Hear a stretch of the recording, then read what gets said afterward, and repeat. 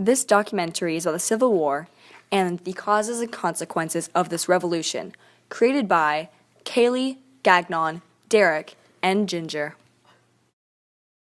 Most of the people in the South relied on slave labor for cultivating their fields, but the North, however, had many people that didn't believe in slavery, so the majority of them wanted to put an end to it. Chicago, a city that is in the North, also wanted to put an end to slavery.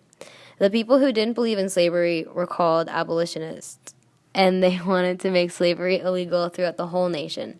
This divided the country into two sides. A few famous abolitionists include John Brown, Frederick Douglass, and Harriet Tubman. Abolitionists made the South fearful because they did not want their free labor to go away and their luxury life would come to an end. Another cause of the war was Bleeding Kansas, and the option for states coming into the Union to choose whether they wanted to be a free state or a slave state. Slave states and free states were a big issue for the country, because if there were more slave states than free states, then the free states would feel outnumbered, and vice versa. The first fighting over this slavery conundrum took place in Kansas when the government passed the Kansas-Nebraska Act. This act enabled the locals in Kansas to vote on whether they wanted to be a free state or a slave state. This caused riots and fights all over the state between supporters and non-supporters of slavery, which is why this issue is known rightly as Bleeding Kansas. After much debate and years of conflict, in 1861, Kansas entered the Union as a free state. The U.S. has always been fond of westward expansion, which all began along the East Coast, continuing onward, leading to the Pacific, which was known by President Theodore Roosevelt as the Great Leap Forward. However, with the rapid succession of the westward expansion of the U.S., the northern and southern states began to butt heads. The South felt as if the North gaining more land would lead to them losing power, which would in turn would lead to them all losing their rights. On the contrary, the North didn't have too many concerns, so from this point on, every new state being added into the expansion became a battleground between the North and South. However, there were more pushing factors to these mini-wars, including the population growth in the eastern states, the availability of cheap, fertile land, and economic opportunity such as gold, hence the California Gold Rush, logging, farming, and freedom, at least for runaway slaves. But throughout all of the factors, there was only one that really drove the Civil War to happen, which was the Manifest Destiny. Another cause of the Civil War was industry versus farming. Following the Civil War, industrialization in the United States increased greatly. This period of time has been called the Second Industrial Revolution because most of the economies of northern states moved to industry from farming. Places like Chicago and New York boomed, and factories popped up all over the North, whereas growth in the southern economy was dormant. On top of all that, because of the war, most of the southern states were in ruin.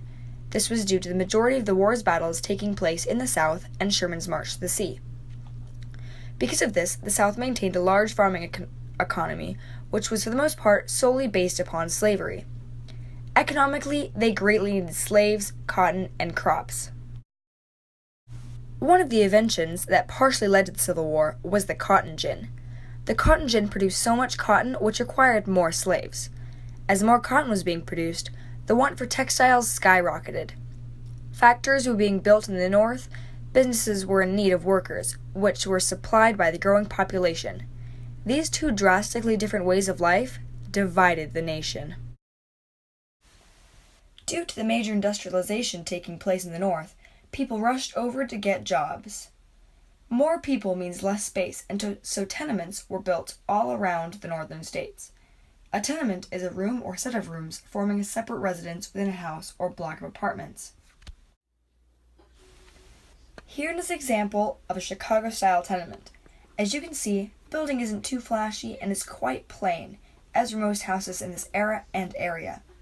We zoom inside the building and you can see a stove or fireplace, a large cabinet that would hold ice to keep food cold, drawers, pots and pans, and a dining area.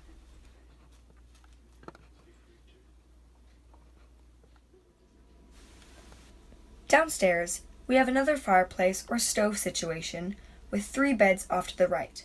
Oftentimes, large families or even multiple families would live in one place together. In the brown room, we have the bathroom, which features a wash basin, a pot to use the bathroom because there was no plumbing back then, a table with a potted plant, and a large metal wash basin for bathing. A major consequence of the Civil War led to the death of our 16th president, Abraham Lincoln. This man had revolutionized America as we know it. He established a more powerful and centralized federal government. Lincoln also helped America be on its way to becoming a world power. Although Lincoln had freed millions of slaves, this did not mean that equality was in the air. Everyone was adapting to African Americans being part of the free world, and still most white men didn't approve of black men having rights. There was still so much that had to be done, but Lincoln definitely made a great step in the right direction. The Civil War initiated many constitutional changes that began to change American society as a whole. Slavery was not legally outlawed until the 13th Amendment. With slaves being outlawed, the Southern economy took some damage. Since their whole economy was based around the free hard labor of slaves, after they were legal, they had to begin to find people to work for them and pay them. Not only was the economy not doing too well, but there was also some physical damage to the country. As a result of the war, many buildings had been badly damaged and had to be repaired. This was mostly in the South. On the battlegrounds, there had been so many casualties, we only have an estimated number. Roughly 620,000 people have died in this war. So many soldiers have given their lives and are lost to their families forever. Prisoners of war were returning home as well. Although there had been many who had survived from both sides, there were still many deaths from just prisoners alone. Both the North and South captured prisoners in this war, so not only one side is to blame. Overall, there are about 409,000 soldiers captured during this war. Of these 409,000 soldiers captured, about 12% of them died in northern prisons, and about 15.5% of them died in southern prisons. There was honestly an overwhelming amount of soldiers that had been captured and died, and this is not even including casualties on the battlegrounds. A positive thing that occurred was that the country had to come back together and reunite after the war, pretty much whether they wanted to or not. The southern states weren't allowed to secede no matter how badly they wanted to.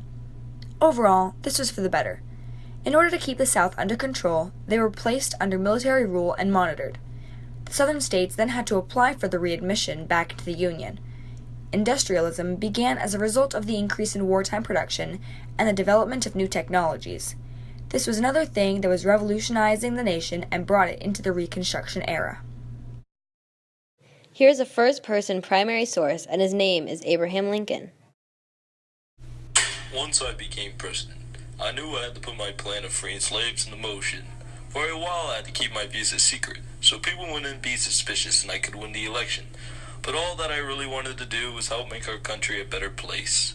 I know that during this ongoing war I should have been trying to pick a side because I represent everyone. But some things are not just right. I have been called to handle both sides of the Civil War for both political and military aspects. This has been very challenging for me. While I'm trying to help everyone, I know that I am definitely being more biased to one side.